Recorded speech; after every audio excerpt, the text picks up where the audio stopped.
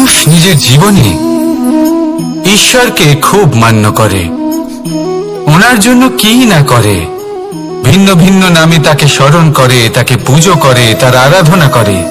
সে জানে যে ঈশ্বর তাকে শক্তি অবশ্যই দেবেন, তাকে সাহায্য অবশ্যই করবেন। কিন্তু যখন প্রশ্ন আসে গুরু এবং ঈশ্বরের, তখন গুরুর মান কখনো কম হওয়া উচিত নয়। কারণ সত্যি বলতে কি, গুরুই হলেন সেই সিঁড়ি যা বেয়ে আপনি ঈশ্বরের কাছে পৌঁছানোর পথ খুঁজে পাবেন। সেই পথ আপনি গুরুর থেকেই পাবেন। গুরু না থাকলে আপনি কখনো ঈশ্বর লাভ করতেই পারবেন না। আর জীবনে অনেক সময় লক্ষ্যের থেকেও অনেক বেশি গুরুত্বপূর্ণ হলো পথ। তাই এই পথের সম্মান করতে শিখুন, অর্থাৎ গুরুকে সম্মান করতে শিখুন। কারণ গুরুই হলেন পরমেশ্বর। তাহলে আসুন আর আমার সাথে ভালোবেসে বলুন, রাধা রাধা। আপনার জীবনে আপনার প্রকৃত বন্ধু আসলে কে? আপনার সব থেকে শ্রেষ্ঠ মিত্র আসলে কে? তিনি যিনি সময় এলে পরে আপনাকে সাহায্য করেন, নাকি তিনি যিনি সময় এলে পরে আপনাকে অর্থ দেন? দেখুন, আমরা হলাম মানুষ, আমাদের জীবনে লেনদেন চলতেই থাকে। এটা আমাদের জীবনের অভিন্ন অংশ। কিন্তু অনেক সময় এমন হয় যে আমরা তাকেই নিজের প্রকৃত বন্ধু বলে মনে করি, যিনি আমাদের একটা বহুমূল্য উপহার দেন, ঠিক কিনা? এবার আপনার জীবনে সেই বহুমূল্য উপহার কোনটা, ওই অমূল্য মিত্র আসলে কে, সেই সিদ্ধান্ত হলো আপনার। কিন্তু যদি আপনি আমাকে জিজ্ঞেস করেন, তাহলে আমার মতে স্বর্ণ, হিরে, মুক্ত, ধন এগুলো বহুমূল্য নয়। বহুমূল্য হলো সঙ্গ, যখন আপনি একা হয়ে যাবেন, সময়, যখন আপনার তাকে প্রয়োজন হবে, সমর্পণ, যখন আপনার বিশ্বাসের প্রয়োজন পড়বে। যে মানুষ আপনার প্রতি এই 3 গুণ প্রদর্শন করেন, যিনি আপনার কঠিন সময়ে আপনাকে অবশ্যই সঙ্গ দেবেন, যখন আপনার প্রয়োজন পড়বে আপনাকে অবশ্যই সময় দেবেন, আপনার প্রতি সম্পূর্ণ সমর্পিত থাকবেন, সেই হলো আপনার আসল মিত্র, সেই হলো আপনার প্রকৃত বন্ধু। কারণ সত্যি বললে, বন্ধুত্বের অর্থই হলো নিজেকে সম্পূর্ণরূপে কারোর কাছে সমর্পণ করে দেওয়া। তাই আপনার সেই বন্ধুর জন্য নিজের প্রাণ উজাড় করে দিন, আর ভালোবেসে বলুন, রাধা রাধা। মানুষ জীবনে 3টে কাজ অবশ্যই করে থাকে। কিছু দান করে, কিছু গ্রহণ করে, আর কিছু ত্যাগ করে দেয়। এটাও ভাবতে থাকে যে এটা করলে কিভাবে করবে। দেবার জন্য পর্যাপ্ত ধন নেই, নেবার জন্য সংসারে অত স্নেহ নেই, আর ত্যাগ করার জন্য জীবনে এত সুখই নেই, তাহলে কিভাবে করবে? আসলে আমরা বস্তুগত চাহিদা অর্জনে এত ব্যস্ত হয়ে পড়ি যে আমরা বুঝতেই পারি না যে কি নেবার আছে, কি দেবার আছে, আর কি ত্যাগ করার আছে। তাহলে আজ আমি আপনাকে বলেই দিই, মনে রাখবেন এই 3টে গুরুত্বপূর্ণ গুণ, 3টে গুরুত্বপূর্ণ কথা। দেবার জন্য আছে দান, নেবার মতো আছে জ্ঞান, আর ত্যাগ করার মতো আছে অহংকার। যখন আপনি দান করতে শিখে যাবেন, জ্ঞান অর্জন করার শক্তি আপনা থেকেই আপনার মধ্যে চলে আসবে। আর যখন এই জ্ঞান আপনার মধ্যে প্রবেশ করবে, অহংকার আপনা থেকেই আপনার থেকে দূরে চলে যাবে। যে ব্যক্তি এই 3-এর মধ্যে ভারসাম্য বজায় রাখতে পারে, তার বর্তমান, ভূত, ভবিষ্যৎ, লোক, পরলোক সবকিছু শুধরে যায়। যেই দিন আপনি দান করতে শিখে যাবেন, জ্ঞান আহরণ করতে শিখে যাবেন, অভিমান ত্যাগ করতে শিখে যাবেন, আপনার সর্বশক্তিশালী, সর্বশক্তিমান পরমেশ্বরেরও প্রয়োজন পড়বে না। কারণ তখন ঈশ্বর আপনার মধ্যেই বাস করবেন।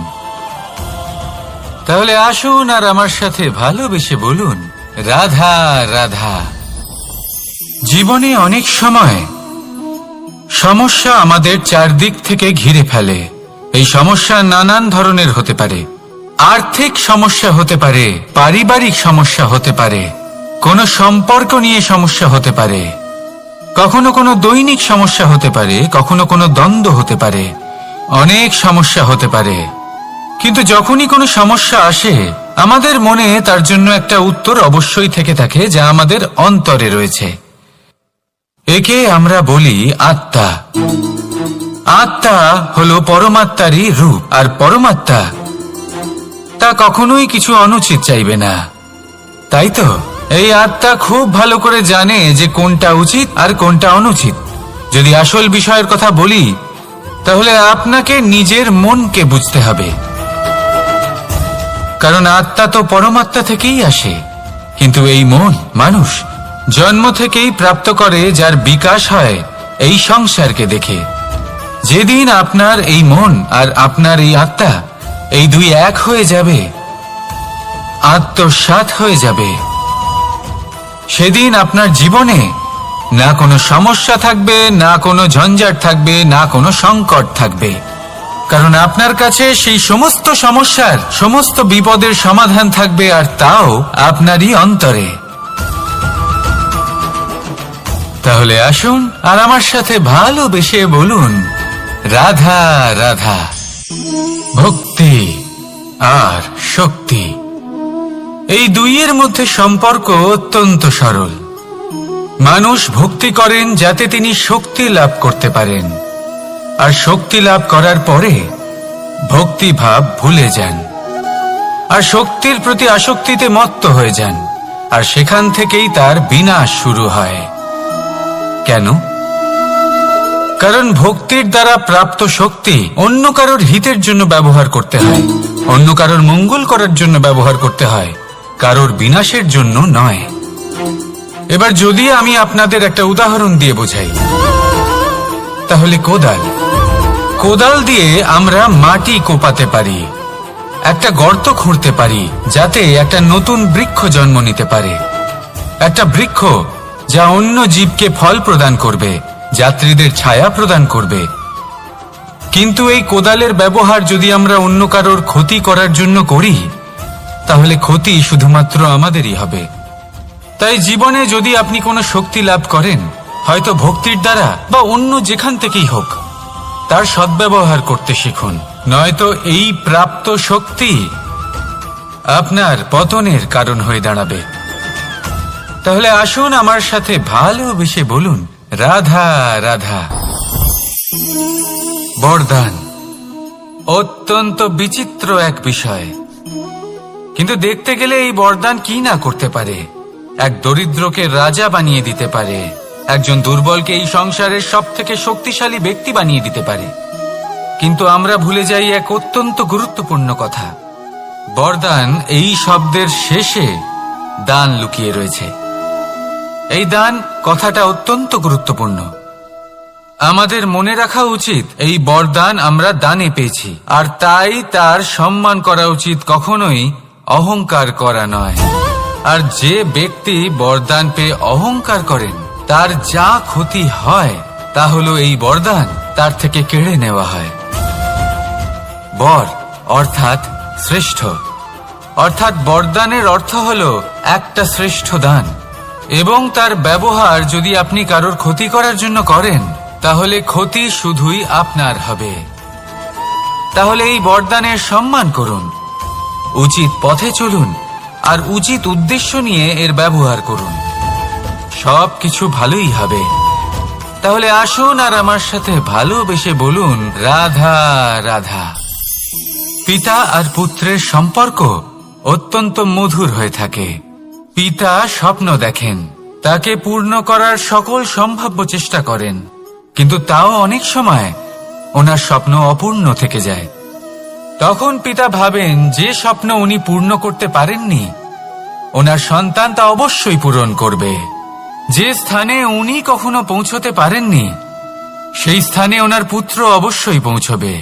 পিতা নিজের সন্তানের ভবিষ্যৎ নিয়ে সেই স্বপ্ন দেখেন, আর যখন সেই সন্তান সামনে এগোতে থাকে, তখন তার দুঃখ হয় না, বরং গর্ব হয়। ওনার ভালো লাগে এটা দেখে যে ওনার সন্তান অনেক উন্নতি করছে। কিন্তু যখন সন্তান নিজের অভিভাবকের শক্তি দেখে, তার যশ দেখে হিংসা করতে থাকে, সমস্যা সেইখানেই শুরু হয়। সেই জন্য সকল সন্তানকে এটা মনে রাখতে হবে। দেখুন, পুত্র হবার সুবাদে, এক সন্তান হবার সুবাদে এটা হলো আপনার অধিকার যে আপনি আপনার পিতার থেকে বেশি উন্নতি করবেন। আপনার পিতাও এটাই চান, কিন্তু সুস্থভাবে এটা করুন। একটা রেখা টেনে নিন যাতে আপনি তাতে এগোতে পারেন আর আপনার পিতার তাতে গর্ববোধ হয়, আর সেই বিষয়ে দুঃখ না হয় যে আমার সন্তান আমাকেই ছোট করার চেষ্টা করছে। ইতিহাস সাক্ষী রয়েছে, যে মানুষ অন্য কাউকে ছোট করার চেষ্টা করেছেন সেই মানুষই ছোট হয়ে গেছেন। আর আমার মনে হয় না আপনি এটা চান, কারণ কোনো একদিন আপনিও কারোর পিতা হবেন। আসুন আমার সাথে ভালোবেসে বলুন, রাধা রাধা। সাথী। সাথী এই শব্দটির ব্যাখ্যা কে কিভাবে করে? মিত্র, সখা, বন্ধু, কিন্তু অর্থ একটাই। তিনি যিনি আপনার সঙ্গী হন আর তিনি যার সাথী আপনি হন। এবার সব থেকে বড় প্রশ্ন হলো এটাই যে তিনি কে হতে পারেন যাকে আপনি আপনার সাথী বলে মেনে নিতে পারেন, নিজের সখা, নিজের মিত্র, নিজের বন্ধু মেনে নিতে পারেন। আপনার সাথী হলেন তিনি যিনি দুঃখের সময় আপনার পাশে থাকবেন, আপনার হাত ধরে থাকবেন।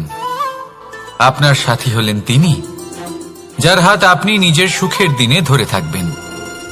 সেই সাথীরই হাত ধরুন যিনি দুঃখে সবসময় আপনাকে সাহায্য করার জন্য তৎপর হয়ে থাকেন, আপনার পাশে থাকেন, আর যাকে সুখের দিনে আপনি আপনার সাথে রাখতে পারেন।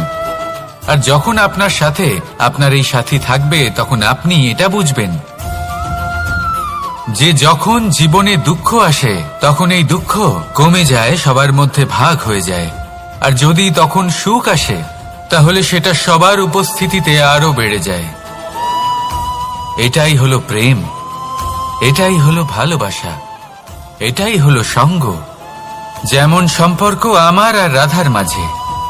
তাহলে আসুন আর আমার সাথে ভালোবেসে বলুন, রাধা রাধা। আমাদের মনে যখন কোনো প্রশ্ন ওঠে, কোনো দ্বন্দ্ব জাগে, তখন আমরা যাই আমাদের গুরুর কাছে, আমাদের আরাধ্যের কাছে গিয়ে জিজ্ঞেস করি।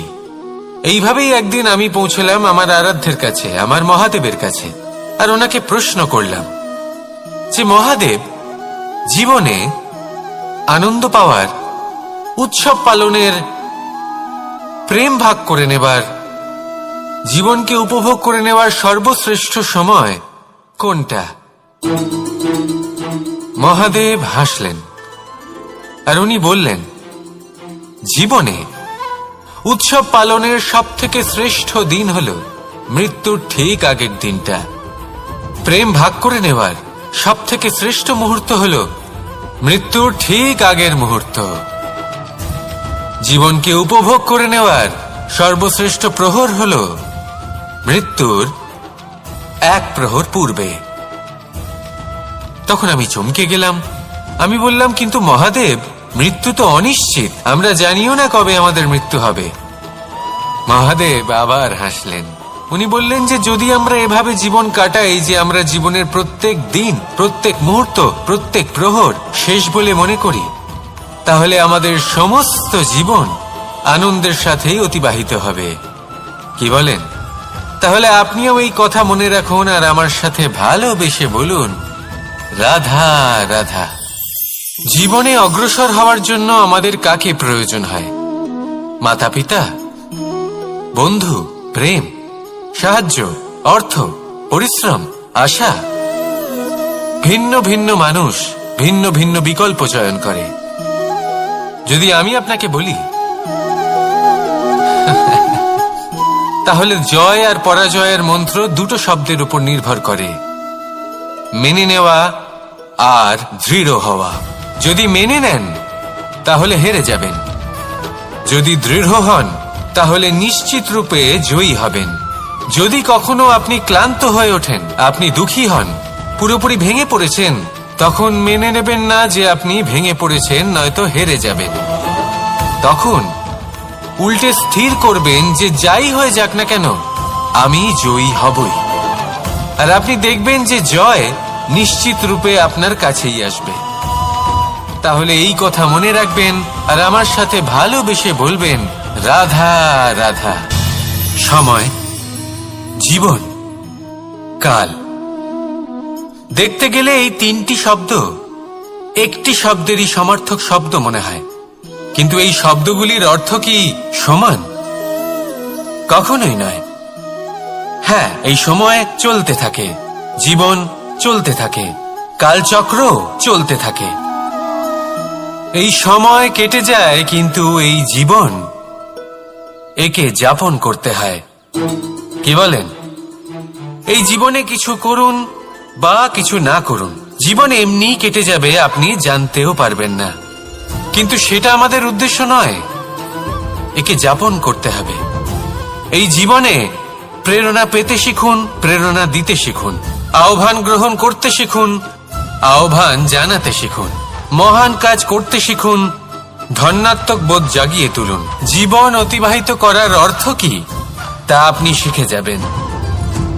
কারণ সময় কেটে যায়, সমস্ত যুগ কেটে যায়, কিন্তু জীবনের রীতি জীবন কাটিয়ে দেওয়া নয়, জীবন যাপন করা। এই জীবন সম্পূর্ণরূপে অনুভব করতে হবে, নতুন পথ বানাতে হবে। এবারে যদি এই জীবন বাঁচার সময় একবার ভেবে দেখুন, যদি মনে প্রেম থাকে, সদ্ভাবনা থাকে, তাহলে কি হবে? এই জীবনকে বাঁচার অনুভূতিটাই অন্যরকম হয়ে যাবে, একটা আনন্দময় অনুভূতি লাভ করবেন। তাহলে এটাই করুন আর আমার সাথে ভালোবেসে বলুন, রাধা রাধা। আপনি কি কখনো কোনো জলের ধারা দেখেছেন? তার সামনে যতই মাটি থাকুক না কেন, যতই কাদা থাকুক না কেন, যখন এই জলের ধারা বইতে আরম্ভ করে দেয়, তখন এই কাদাকে নিজেই ধুয়ে নিয়ে যায়। ওই কাদাকে ধুয়ে দেয় এবং নিজের পথ নিজেই তৈরি করে নেয়। তাহলে আপনিও এরকম জলের মতো হয়ে উঠুন। যদি হয়ে উঠতে পারেন, তাহলে নিজের মনের, নিজের ভাবনার, নিজের জীবনের যত অনাবশ্যক তত্ত্ব আছে, অনুপযোগী অংশ রয়েছে, অর্থাৎ অপরিষ্কার অংশ রয়েছে, তা নিজে থেকেই নির্মল হয়ে উঠবে। আর যেরকম জলের ধারা কখনো থেমে থাকে না, সব সময় বয়ে চলে, সেইভাবে আপনিও কখনোই থামবেন না। সবসময় বয়ে চলুন, এগোতে থাকুন। পথে যদি অনেক বিপদ আসে, সমস্যা আসে, থামবেন না, তার উপর নিরন্তর প্রহার করুন, নিরন্তর প্রয়াস করুন আর অগ্রসর হন। আপনি ভেবে দেখুন, এই জলের ধারা কখনো থেমে থাকে না, সবসময় বয়ে চলে, বিপদের সম্মুখীন হয়ে তাকে সাথে বয়ে নিয়ে চলে। সেই জন্য জলের ধারা, প্রবাহমান এই ধারা, এর থেকে কখনো দুর্গন্ধ আসে না, এতে কখনো ময়লা জমতে পারে না, বরং পালিত হয় সুন্দর প্রাণবন্ত জীবজন্তু, যেমন সুন্দর ছোট মাছ। তাই আপনিও এটাই করুন, কখনো থামবেন না, শুধু চলতে থাকুন, জলের ধারার মতো বইতে থাকুন। আপনি আপনার লক্ষ্য অবশ্যই খুঁজে পাবেন, আর তার সাথে নিজের অন্তরের যে মালিন্য রয়েছে, তা আপনি নিজেই নিজের থেকে দূরে করে দেবেন। তাহলে আসুন আর আমার সাথে ভালোবেসে বলুন, রাধা রাধা। এবার অনেক সময় মানুষের মনে এরকম প্রশ্ন আসে যে এই সংসারে সব থেকে বড় বিপদ কি? কেউ বলে ধর্ম সংকট, আবার কেউ বলে প্রাণের উপর আসা সংকট। প্রত্যেক মানুষের জীবনে বিভিন্ন সংকট আসে, আর এই সমস্ত সংকট অত্যন্ত বিচিত্র হতে পারে। এই সমস্ত সংসার হলো সংকট দ্বারা পরিপূর্ণ। ঠিক আছে, আপনাকে একটা উদাহরণ দিই। একজন ধনী ব্যক্তি, এবার ওনার জীবনে সংকট কি হতে পারে? সংকট এটাই যে কেউ তার সম্পত্তি চুরি না করে নেয়, আমরা বুঝতে পারছি। এবার একজন চোর, তার জীবনে সংকট কি হতে পারে? যে চুরি করার সময় সে যদি তার একটা কাশি চাপতে না পারে, তাহলে সে ধরা পড়ে যেতে পারে, ঠিক কিনা? আবার অনেক সময় এমনও হয় যে যার জন্য আমি সংকট, সেও আমার কাছে সংকট। যেমন এই পরিস্থিতিতে দেখুন, সংকট হলো সংকট, এ তো জীবনে থাকবে, কিন্তু এর সম্মুখীন কিভাবে হওয়া যায়? খুব সরল। সব এটার ওপর নির্ভর করে, মনের ওপর। এই মনকে নিয়ন্ত্রণ করলে সব ঠিক থাকবে। এবার যদি ধনী ব্যক্তি মনকে নিয়ন্ত্রণ করে ফেলেন, নিজের অর্থের ব্যবহার শুভ কাজের জন্য, সমাজের সেবার জন্য বিকাশ করতে করেন, ওই অর্থকে একত্রিত করে না রাখেন, তাহলে চুরির সমস্যা, এই সংকট সেখানেই কেটে যাবে। এবার যদি কথা বলি সেই চোরের, তাহলে চোর যদি নিজের মনকে সংযত করে নেয়, যদি নিজের কর্মকে নিয়ন্ত্রণ করতে পারে, তাহলে এমন কোনো স্বর নেই, এমন কোনো স্বর নেই যা ওকে ধরা পড়তে বাধ্য করবে। সেই জন্য জীবনে সংকট যতই আসুক, যত বড়ই সংকট আসুক না কেন, কবচ হলো একটাই, আর এই কবচের নাম হলো আত্মনিয়ন্ত্রণ। নিজের মনকে নিয়ন্ত্রণে রাখতে শিখুন। এটা নিজের জীবনে প্রয়োগ করে তো দেখুন।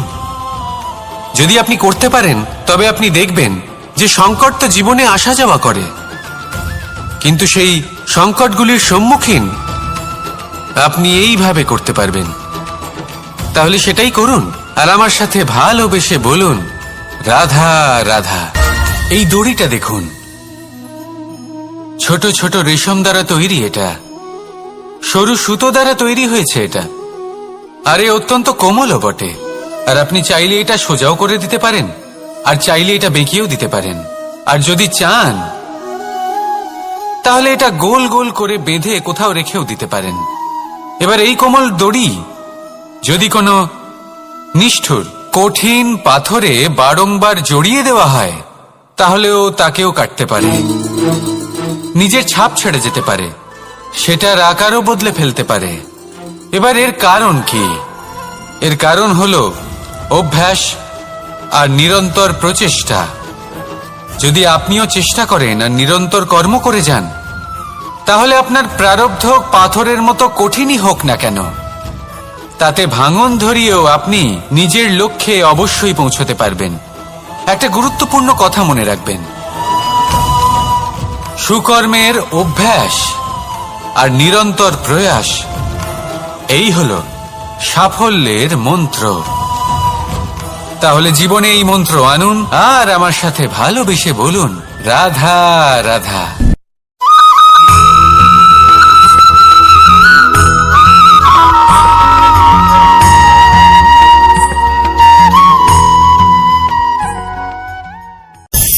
কখনো কখনো মানুষ মনে করেন যে সে নিজেই সব থেকে বেশি শক্তিশালী, তিনি হলেন জ্ঞানী। দেখুন, এটা ভালো ব্যাপার যে আপনার মধ্যে শক্তি আছে, জ্ঞান আছে, আর এটা শুধু আপনার জন্য নয়, এই সমস্ত সমাজের জন্য, দেশের জন্য, সমগ্র পৃথিবীর জন্য অত্যন্ত আবশ্যক। কিন্তু এই কথাটাও বোঝা অত্যন্ত আবশ্যক যে এই জ্ঞান যেন কখনো অহংকার না হয়ে ওঠে। যখন মানুষের মধ্যে জ্ঞান থাকে, তখন সে রাম হয়ে ওঠে।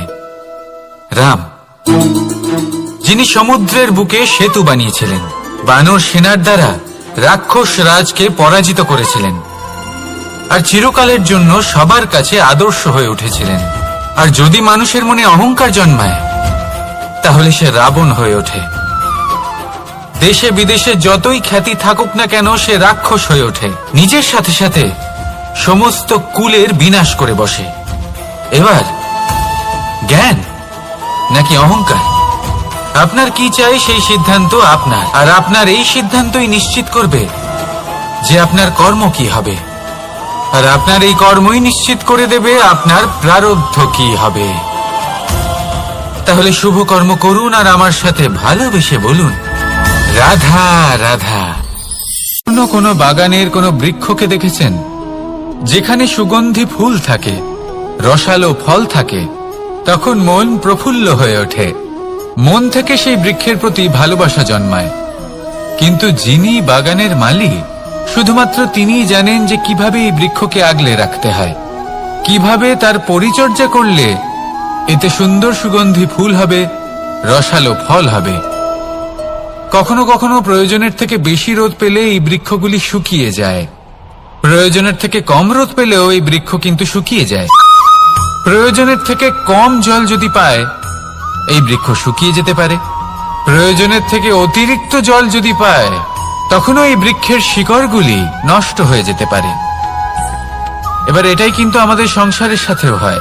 আমাদের সংসারের সকল প্রতিভাশালী ব্যক্তি, যেমন লেখক, বিচারক, প্রবক্তা, যোদ্ধা, এদের সবার ক্ষেত্রে এই কথাটাই প্রযোজ্য। যদি বেশি প্রশংসা করা হয় তাহলেও এরা হারিয়ে যাবেন। প্রয়োজনের থেকে বেশি যদি নিন্দা করা হয় তখনও তারা নত হয়ে পড়বেন।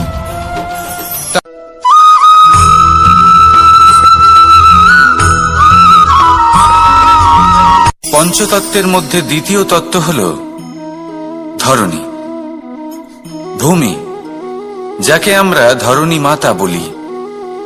এই ধরণী ধৈর্য ধারণ করে, আর এর ওপরেই আমাদের সমগ্র সংসার নির্ভরশীল। কারণ এই ভূমি সহ্য ক্ষমতা রাখে, এর সহ্য ক্ষমতা হল অপরিসীম। সন্তান যতই আঘাত প্রদান করুক না কেন, প্রেম পূর্বক সহ্য করে, আর তার বদলে অমূল্য রত্ন প্রদান করে।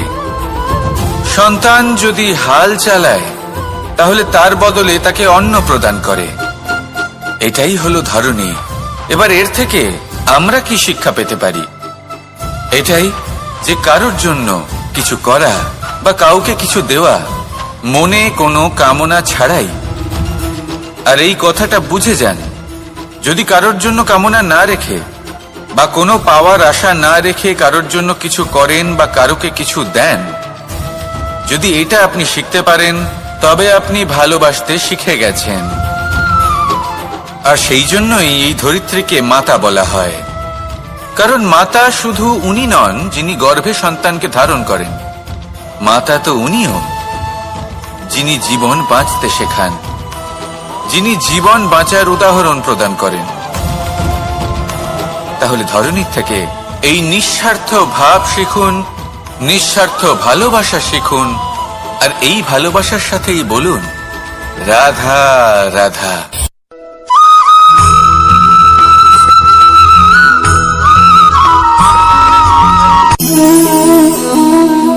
নিয়তি। রাধা আমাকে বলে, কৃষ্ণ, যদি তুমি জানো যে নিয়তিতে কি আছে তাহলে তাকে বদলে দাও না কেন? মহাদেব আমাকে বলেন যে শ্রীকৃষ্ণ, যদি আপনি এটা জানেন যে সাম্বের নিয়তি এটাই, তাহলে আপনি তাকে বদলানোর চেষ্টা কেন করেন? কেন?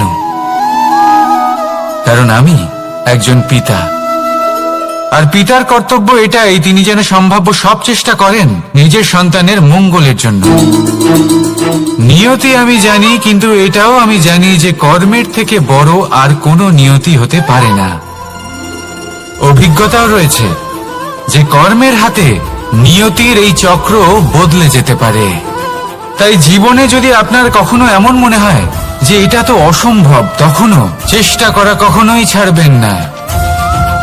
কে বলতে পারে আপনারই কর্মের কোনো এক বীজ হয়তো নিয়তির চাকায় আটকে গেল, আর নিয়তিকে নিজের পথ পাল্টাতে হলো, ঠিক কিনা?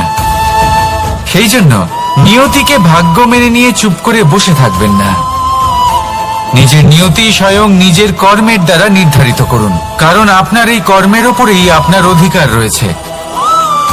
আর এই অধিকারকে নিয়তি অনেক সময় সম্মানও করে। তাহলে আসুন আর আমার সাথে ভালোবেসে বলুন রাধা রাধা।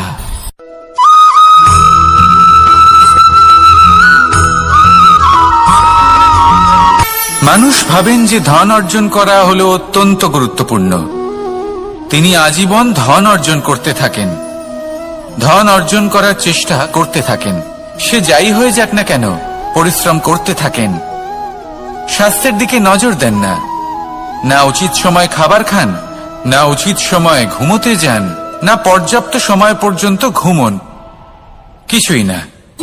ধন অর্জন করতেই থাকেন, করতেই থাকেন।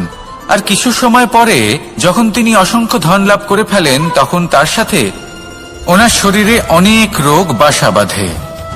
এইসব রোগের উপচার করতে করতে সেই সমস্ত ধন যা উনি অর্জন করেছেন তা তিনি ব্যয় করে ফেলেন।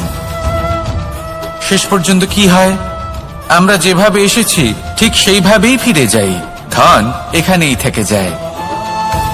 দেখুন, একটা অত্যন্ত গুরুত্বপূর্ণ কথা রয়েছে যে আপনার বোঝা উচিত। এই যে ধন, তার ব্যবহার করুন জীবনকে আরো ভালো করে তোলার জন্য। ধনের সদ্ব্যবহার করা উচিত, এমন যেন না হয় এই ধন আপনাকে ভোগ করে ফেলে। এই জীবনকে নিশ্চিত রূপে আরো শ্রেষ্ঠ করে তুলুন, কিন্তু এই ধন অর্জন করার এই প্রক্রিয়াতে নিজের সারা জীবনকে নষ্ট করে ফেলবেন না। এই জীবন উপভোগ করতে শিখুন, আর আমার সাথে ভালোবেসে বলুন, রাধা রাধা।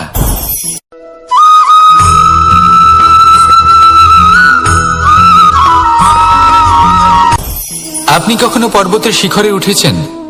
আপনি দেখতে পাবেন পর্বতের পদতলে প্রচুর সুন্দর ফুল রয়েছে, সবুজ বনানী রয়েছে।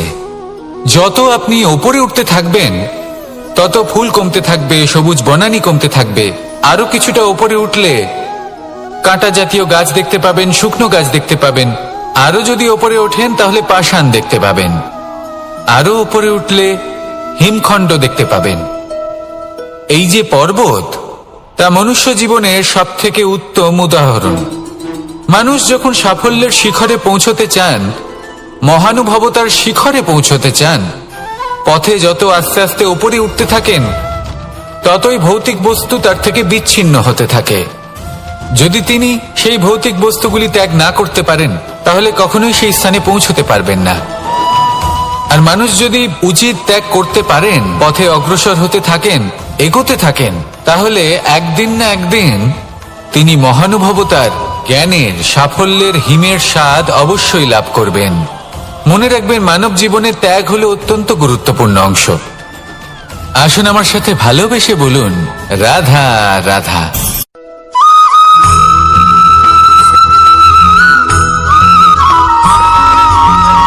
কেউ বলে জীবন খুব ক্ষণস্থায়ী, কেউ বলে জীবন হলো একটা সুন্দর স্বপ্নের মতো, আবার কেউ বলবে জীবন হলো এক কঠোর সত্য।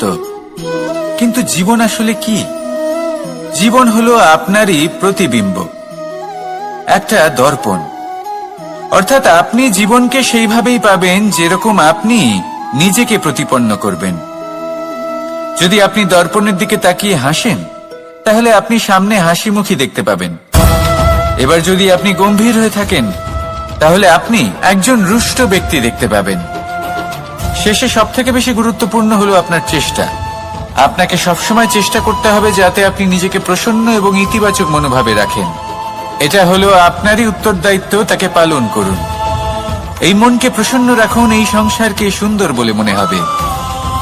আর এই মন প্রসন্ন হয়ে বলবে, রাধা রাধা।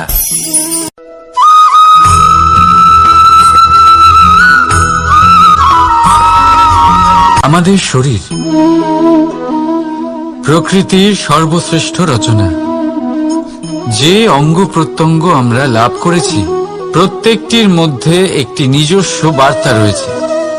একটু ভেবে দেখুন, দুটি চোখ দিয়েছে দেখার জন্য, দুটি কান দিয়েছে শোনার জন্য,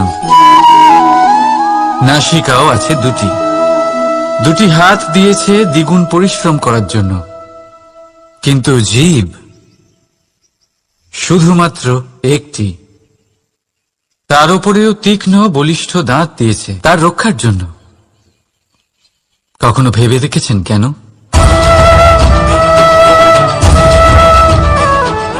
কারণ শব্দ আর শব্দের প্রয়োগ মানুষের সবচেয়ে বড় অস্ত্র, যার প্রয়োগ যত ভেবে চিন্তে করা যায়, মানুষ তার জীবনে ততটাই উপরে উঠতে পারে। তাহলে মনে রাখুন, দেখুন, শুনুন আর বুঝুন বেশি, বলুন কম। রাধা রাধা।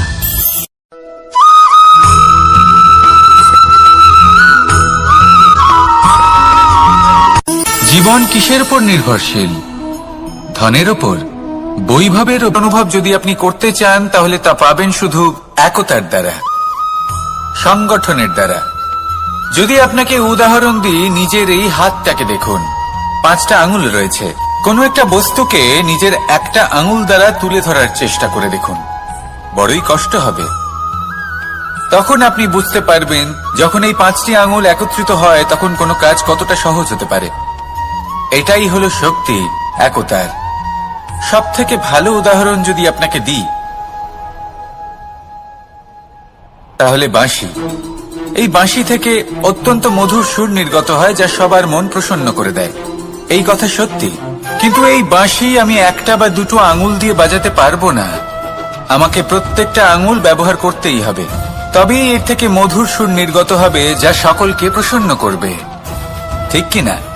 ঠিক এইভাবেই যদি আপনি চান যে আপনার জীবনরূপী বাঁশি থেকেও মধুর সুর নির্গত হোক বা সবার মনকে প্রসন্ন করে তুলুক, তাহলে আপনাকেও জীবনে একতা নিয়ে আসতেই হবে। আপনি একাও কর্ম করতে পারেন, পথ চলতেও পারেন, সামনেও এগোতে পারেন, সাফল্যও লাভ করতে পারেন। কিন্তু যখন সকলে একসাথে এগোবেন, সেই পথে চলবেন, সেই কর্মই করবেন, তখন লক্ষ্যে অবশ্যই পৌঁছবেন, সাফল্য অবশ্যই লাভ করবেন। কিন্তু সেই সাফল্য এবং তার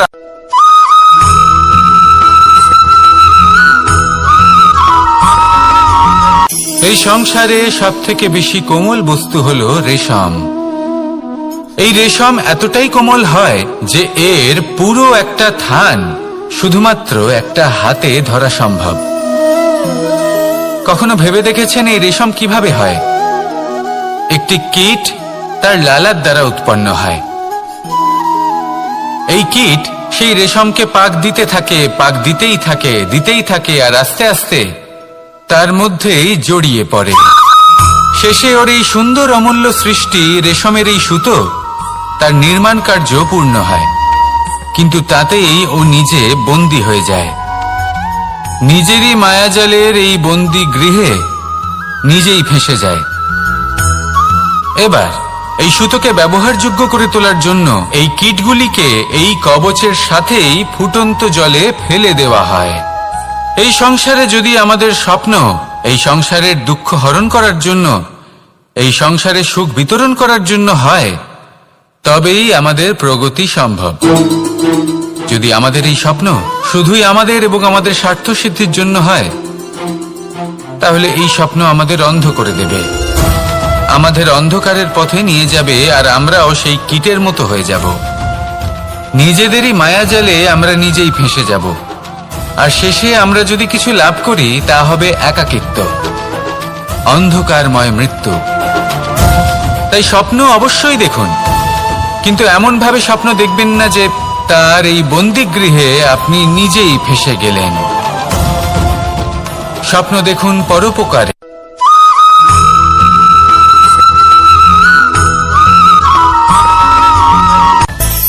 মানুষের মধ্যে একটা বিচিত্র প্রবৃত্তি থাকে, অন্য সকলের বিষয়ে, তাদের জীবনের বিষয়ে, তাদের ব্যক্তিত্বের বিষয়ে, তাদের ভবিষ্যতের বিষয়ে অনুমান করা। এটা হলো অনুচিত।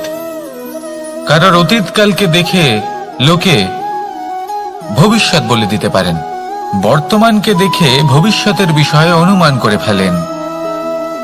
উদাহরণ দিতে হলে বলবো, কোনো দাসকে দেখুন, ওকে দেখে লোকে বলে যে ওর ভবিষ্যৎ সেটাই হতে পারে, অনুমান করে ফেলেন। আর এই রাজাকে দেখুন, উনি তো কত সুখী হবেন, উনি তো জগতের সব থেকে অধিক সুখী মানুষ, কত সুখ সুবিধা আছে ওনার কাছে, ধারণা করে ফেলেন। তবে সত্য তো এটাই যে কারোর ব্যক্তিত্বের বিষয়ে, তাদের ভবিষ্যতের বিষয়ে আপনি পূর্ণ সত্য কখনোই বলতে পারবেন না, শুধু অনুমান করতে পারবেন। আর এই অনুমান করে সত্যি কোনো লাভ হয় না, কারণ এই কাল সেটা হলো অত্যন্ত শক্তিশালী। কালো থেকে কালোতর কয়লাকেও হিরেতে পরিণত করতে পারে, অনেক বড় বড় রাজাকেও বিদূষক বানিয়ে ফেলতে পারে এক মুহূর্তেই। তাহলে আপনি অনুমান করে কি লাভ? কি পেলেন অনুমান করে? সেই জন্য কারোর বিষয়ে কোনো অনুমান করবেন না, তার ভবিষ্যতের বিষয়ে অনুমান করতে যাবেন না, কারোর বিষয়ে কোনো ধারণা করে নেবেন না। কিছু করতে হলে ভালোবাসুন, সবার মধ্যে ভালোবাসা ছড়ান, সবার মধ্যে ধন্যাত্মক ভাব ছড়ান। এই মন প্রসন্ন হয়ে বলবে, রাধা রাধা।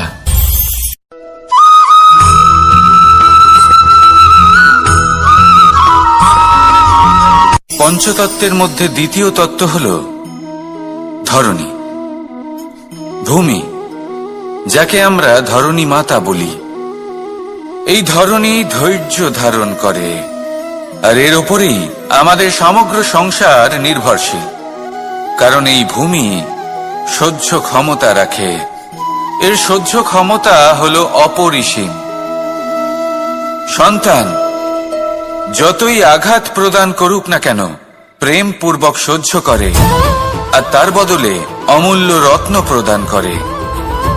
সন্তান যদি হাল চালায়, তাহলে তার বদলে তাকে অন্ন প্রদান করে। এটাই হলো ধরনী।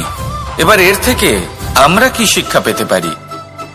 এটাই যে কারোর জন্য কিছু করা বা কাউকে কিছু দেওয়া মনে কোনো কামনা ছাড়াই। আর এই কথাটা বুঝে যান, যদি কারোর জন্য কামনা না রেখে বা কোনো পাওয়ার আশা না রেখে কারোর জন্য কিছু করেন বা কারোকে কিছু দেন, যদি এটা আপনি শিখতে পারেন, তবে আপনি ভালোবাসতে শিখে গেছেন। আর সেই জন্যই এই ধরিত্রীকে মাতা বলা হয়।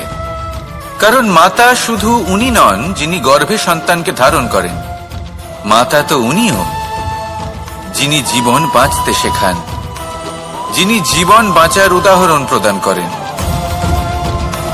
তাহলে ধরণীর থেকে এই নিঃস্বার্থ ভাব শিখুন, নিঃস্বার্থ ভালোবাসা শিখুন, আর এই ভালোবাসার সাথেই বলুন রাধা রাধা।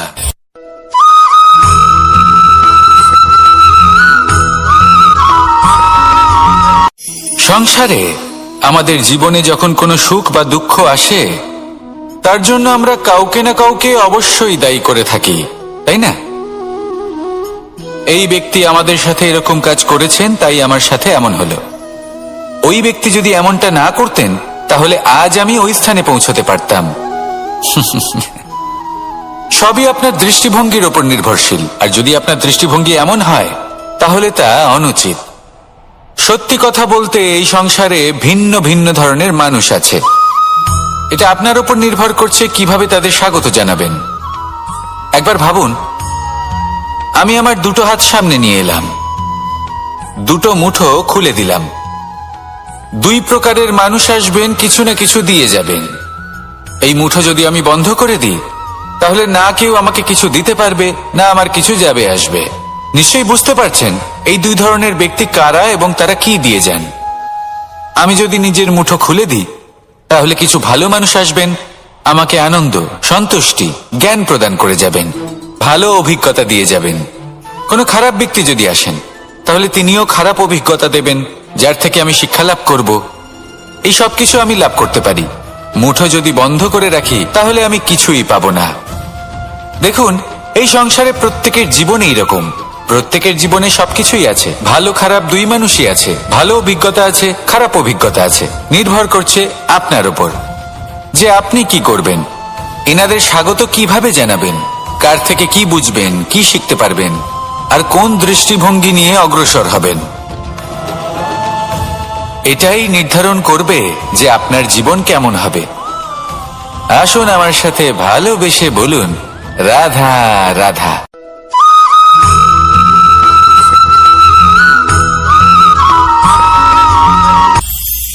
এটা হলো ধান গাছ। এর থেকে যে চাল উৎপন্ন হয় তা মানুষ গ্রহণ করেন। আর এটা কি? এ হলো জংলি ঘাস। একবার ভেবে দেখুন, যদি এই জংলি ঘাস ধান গাছের আশেপাশে থাকে, তাহলে কি হবে? ধান উৎপন্ন হতে পারবে? তা উৎকৃষ্ট হতে পারবে? আমরা কি তা গ্রহণ করতে পারবো? কখনোই নয়। এই জংলি ঘাস ধানকে নষ্ট করে দেবে, কিন্তু নিজে জীবিত থাকবে।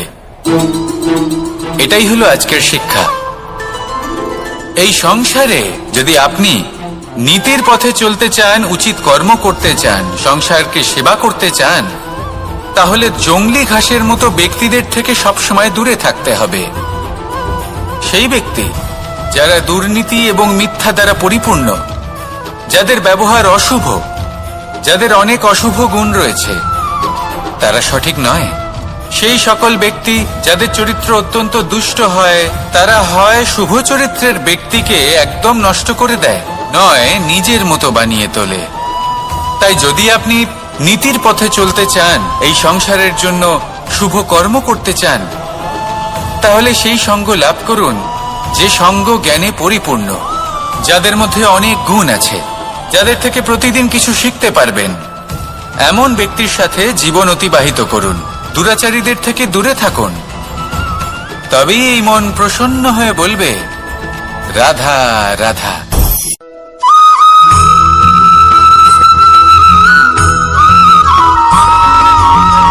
মানুষের মানসিকতা এমন হয় যে সে যতটা করে আশা করে যে তার থেকে অনেক বেশি তার বদলে সে পাবে। দেখুন, সবকিছুই আপনার ভাবনা চিন্তার উপর নির্ভর করছে। আপনি যদি ফলের বিষয়ে ভেবে কর্ম করতে থাকেন তাহলে সেটা অনুচিত। জীবনের আসল আনন্দ হলো নিজের কর্ম করতে থাকা, ফলের চিন্তা করা উচিত নয়।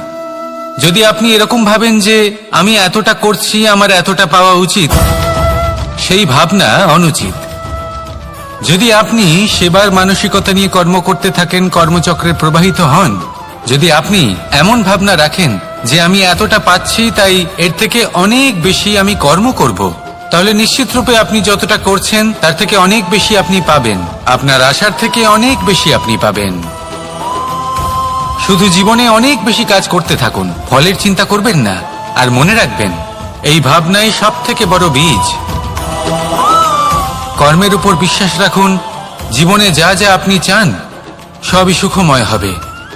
আসুন আর আমার সাথে ভালোবেসে বলুন, রাধা রাধা।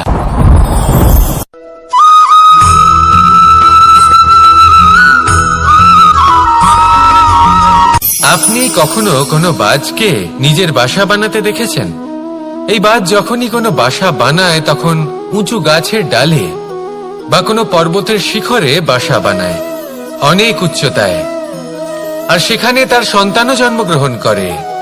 যখন এই সন্তানেরা জন্মায় তখন এই বাজ খুবই ভালোবেসে এবং খুব সাবধানে এদের পালন পোষণ করে।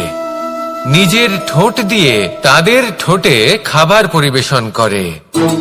কিন্তু যেই সেই সন্তানেরা হৃষ্টপুষ্ট হয়ে যায় এবং সেই কথা বাজ নিজে বুঝতে পেরে যায়, সেই বাজ নিজেই সেই বাসা ছিন্ন ভিন্ন করে দেয়। সেই সন্তান যাদের সবেমাত্র ডানা গজিয়েছে, কিভাবে উড়তে হয় তারা জানে না, সেই সন্তানগুলিকে উচ্চতা থেকে ঠেলে দেয়। সেই সন্তান প্রথমে ভয়ভীত হয়ে যায়। তারা সামনে মৃত্যুকে দেখতে পেয়ে ভয়ের কারণে তাদের ডানা ঝাপটাতে থাকে। আর সেই প্রক্রিয়াতেই সেই সন্তানগুলি উড়তে শুরু করে দেয়। এবার এই ঘটনায় আমরা কি শিক্ষা পেতে পারি? এটাই, যদি আপনি মাতা পিতা হন তাহলে নিজের সন্তানকে অবশ্যই স্নেহ করুন, কিন্তু তাদেরকে নিজের আঁচলের তলায় বেঁধে রাখবেন না। যদি আপনি চান আপনার সন্তান জীবনে উন্নতি করুক, তাহলে নিজের মুঠো থেকে তাদের স্বতন্ত্র করে দিন। এই সংসারে সংঘর্ষ করতে দিন। সেই সন্তান নিজেই বুঝতে পারবে যে জন্মের সময় পাওয়া ডানা কি করে ব্যবহার করতে হয়। আর আপনার চোখের সামনে আপনার সন্তান এই আকাশে উড়তে থাকবে। তাহলে আসুন আমার সাথে ভালোবেসে বলুন, রাধা রাধা।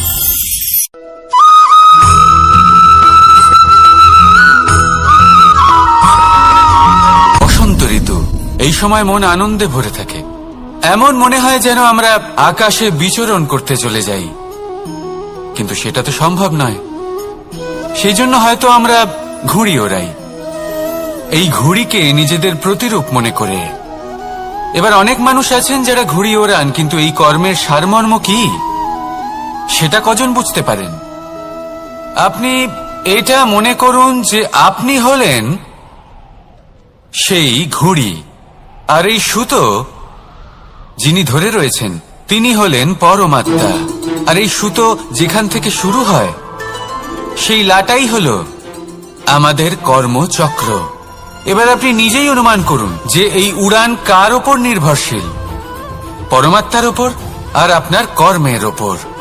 যদি পরমাত্মা আপনার হাত ধরে থাকেন, আপনার সাথে থাকেন, যদি আপনি শুভ কর্ম করতে থাকেন, আপনি এই আকাশে উড়তে থাকবেন। কিন্তু কোথাও যদি পরমাত্মার সাথে এই বন্ধন ছিন্ন হয়, আপনার কর্মচক্র খারাপ হয়ে যায় বা থেমে যায়, তাহলে আপনার এই ঘুড়ি কেটে যাবে আর দূরে কোনো গাছের ডালে গিয়ে আটকে যাবে। তাই শুধুমাত্র ঘুড়ি ওড়াবেন না, তার থেকে শিখুন। পরমাত্মার সাহচর্যে থাকুন, সবসময় শুভ কর্ম করতে থাকুন আর সবসময় এই আকাশে উড়তে থাকুন।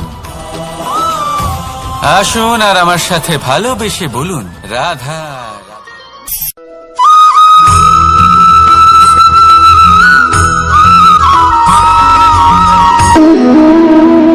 সম্পর্ক হলো আমাদের জীবনের একটি আধার।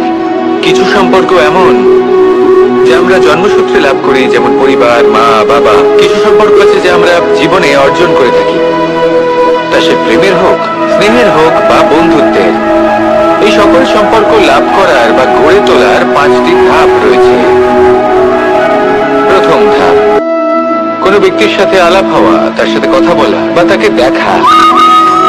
দ্বিতীয় ধাপ, সে ব্যক্তিকে আমাদের ভালো লাগা। তৃতীয় ধাপ, আমাদের এটা চাইতে শুরু করা যে জীবনে এই ব্যক্তি যেন আমাদের বন্ধু হন, আমাদের জীবনে থাকে, বা আমাদের কাউকে ভালোবেসে ফেলা। আর এটা আমাদের ভাবা বা চাওয়া যে সেই ব্যক্তি যেন আজীবন আমার সাথে থাকেন, আমার জীবনে আমার সাথী হয়ে। চতুর্থ ধাপ, লাভ করা। এবার এই ধাপটি অনেক মানুষের পক্ষে খুবই সরল হয়, বড়ই সরল ভাবে নিজেদের সঙ্গীকে লাভ করে থাকেন। কিছু মানুষের জন্য এই ধাপ অত্যন্ত কঠিন হয়ে থাকে। অনেক প্রতিকূল পরিস্থিতির উপর জয়লাভ করে তারা সঙ্গীকে লাভ করেন, কিন্তু লাভ অবশ্যই করেন। এরপরে আসে পঞ্চম, অন্তিম এবং সব থেকে গুরুত্বপূর্ণ ধাপ। সেটা হলো সেই সম্পর্ক পালন করা। এটা হলো এমন এক বিষয় যা প্রত্যেক মানুষের শেখা উচিত। যদি ব্যক্তি নিজের জীবনে সম্পর্ক রক্ষা করতে শিখে যান, তবে প্রত্যেক সম্পর্ক তার জীবনকে স্বর্গ করে তুলবে। আসুন আর আমার সাথে ভালোবেসে বলুন, রাধা রাধা।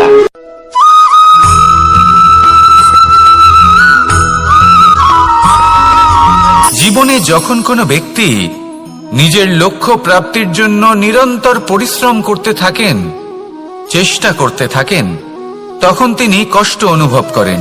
কখনো শারীরিক কষ্ট, কখনো মানসিক কষ্ট। এবার উনি এটা ভাবতে থাকেন যে আমি কি উচিত করছি নাকি অনুচিত করছি। কারণ অন্যদিকে এমন একজন ব্যক্তিও আছেন যিনি একদমই পরিশ্রম চেষ্টা করছেন না। তিনি মদিরা পান করেন, বিলাসিতায় জীবন কাটান, অলস প্রকৃতির হয়ে ওঠেন, নিদ্রাতে বিলীন হয়ে থাকেন আর ভাবেন যে তিনি সুখ লাভ করছেন। কিন্তু এরকম কেন হয়? কারণ যখন আমরা সৎ পথে থাকি, উচিত পথে চলি, লক্ষ্য প্রাপ্ত করার জন্য চেষ্টা করতে থাকি, তখন আমাদের ভেতরে থাকা নেতিবাচক শক্তি এবং পাপ এই দেহকে ত্যাগ করে দেয়। আর এই অনুভূতিটাই আমাদের দুঃখের অনুভূতি দেয়, কষ্ট দেয়। এবার সেখানে যদি আমরা কুপথে চলি, অনুচিত পথে চলতে থাকি, তাহলে আমাদের ভেতরে থাকা পুণ্য এবং ধনাত্মক শক্তি আমাদের দেহ ত্যাগ করে দেয়। আর এই অনুভূতির কারণেই আমরা সুখ অনুভব করি। কিন্তু কখনো ভাববেন যে এই সুখ বেশি সময় পর্যন্ত থাকে না। সেই জন্য সবসময় মনে রাখবেন, যদি আপনি জানেন যে এটাই আপনার লক্ষ্য, এটাই উচিত পথ, শুভ পথ, তাতে নিরন্তরভাবে এগিয়ে যেতে চেষ্টা করতে থাকুন। এই কষ্ট আপনাকে সুখের পরাকাষ্ঠায় কখন পৌঁছে দেবে তা আপনি জানতেই পারবেন না। আসুন আমার সাথে ভালোবেসে বলুন, রাধা রাধা।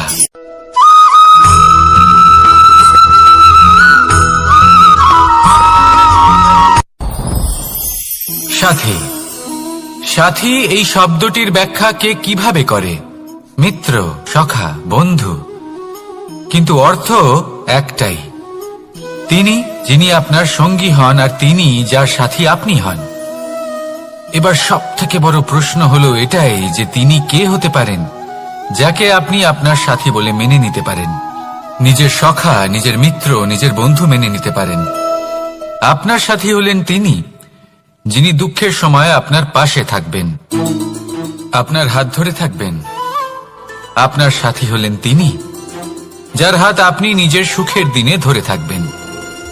সেই সাথীরই হাত ধরুন, যিনি দুঃখে সবসময় আপনাকে সাহায্য করার জন্য তৎপর হয়ে থাকেন, আপনার পাশে থাকেন, আর যাকে সুখের দিনে আপনি আপনার সাথে রাখতে পারেন। আর যখন আপনার সাথে আপনার এই সাথী থাকবে, তখন আপনি এটা বুঝবেন যে যখন জীবনে দুঃখ আসে, তখন এই দুঃখ কমে যায়, সবার মধ্যে ভাগ হয়ে যায়। আর যদি তখন সুখ আসে, তাহলে সেটা সবার উপস্থিতিতে আরো বেড়ে যায়। এটাই হলো প্রেম, এটাই হলো ভালোবাসা, এটাই হলো সঙ্গ। যেমন সম্পর্ক আমার আর রাধার মাঝে। তাহলে আসুন আর আমার সাথে ভালোবেসে বলুন, রাধা রাধা।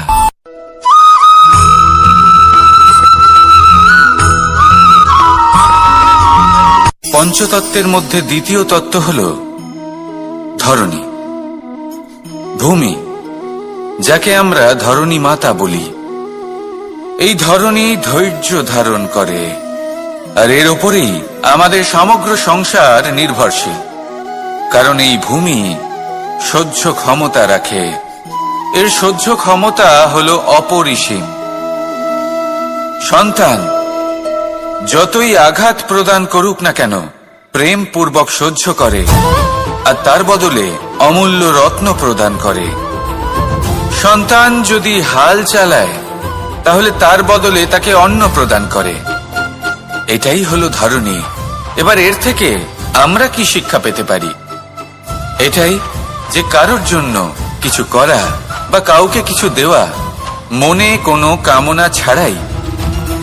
আর এই কথাটা বুঝে যান, যদি কারোর জন্য কামনা না রেখে বা কোনো পাওয়ার আশা না রেখে কারোর জন্য কিছু করেন বা কারোকে কিছু দেন, যদি এটা আপনি শিখতে পারেন, তবে আপনি ভালোবাসতে শিখে গেছেন।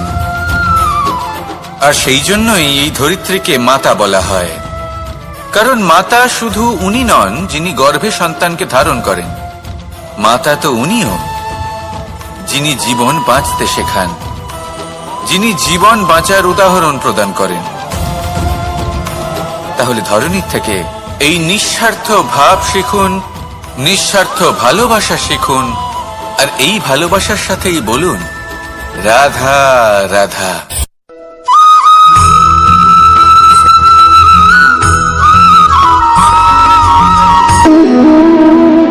সম্পর্ক হলো আমাদের জীবনের একটি আধার। কিছু সম্পর্ক এমন যে আমরা জন্মসূত্রে লাভ করি, যেমন পরিবার, মা বাবা। কিছু সম্পর্ক আছে যে আমরা জীবনে অর্জন করে থাকি, তা সে প্রেমের হোক, স্নেহের হোক বা বন্ধুত্বের। এই সকল সম্পর্ক লাভ করার বা গড়ে তোলার 5টি ধাপ রয়েছে। প্রথম ধাপ, কোনো ব্যক্তির সাথে আলাপ হওয়া, তার সাথে কথা বলা বা তাকে দেখা। দ্বিতীয় ধাপ, সে ব্যক্তিকে আমাদের ভালো লাগা। তৃতীয় ধাপ, আমাদের এটা চাইতে শুরু করা যে জীবনে এই ব্যক্তি যেন আমাদের বন্ধু হন, আমাদের জীবনে থাকে, বা আমাদের কাউকে ভালোবেসে ফেলা। আর এটা আমাদের ভাবা বা চাওয়া যে সেই ব্যক্তি যেন আজীবন আমার সাথে থাকেন, আমার জীবনে আমার সাথী হয়ে। চতুর্থ ধাপ, লাভ করা। এবার এই ধাপটি অনেক মানুষের পক্ষে খুবই সরল হয়, বড়ই সরল ভাবে নিজেদের সঙ্গীকে লাভ করে থাকে। কিছু মানুষের জন্য এই ধাপ অত্যন্ত কঠিন হয়ে থাকে। অনেক প্রতিকূল পরিস্থিতির উপর জয়লাভ করে তারা সঙ্গীকে লাভ করেন, কিন্তু লাভ অবশ্যই করেন। এরপরে আসে পঞ্চম, অন্তিম এবং সব থেকে গুরুত্বপূর্ণ ধাপ। সেটা হলো সেই সম্পর্ক পালন করা। এটা হলো এমন এক বিষয় যা প্রত্যেক মানুষের শেখা উচিত। যদি ব্যক্তি নিজের জীবনে সম্পর্ক রক্ষা করতে শিখে যান, তবে প্রত্যেক সম্পর্ক তার জীবনকে স্বর্গ করে তুলবে। আসুন আর আমার সাথে ভালোবেসে বলুন, রাধা রাধা।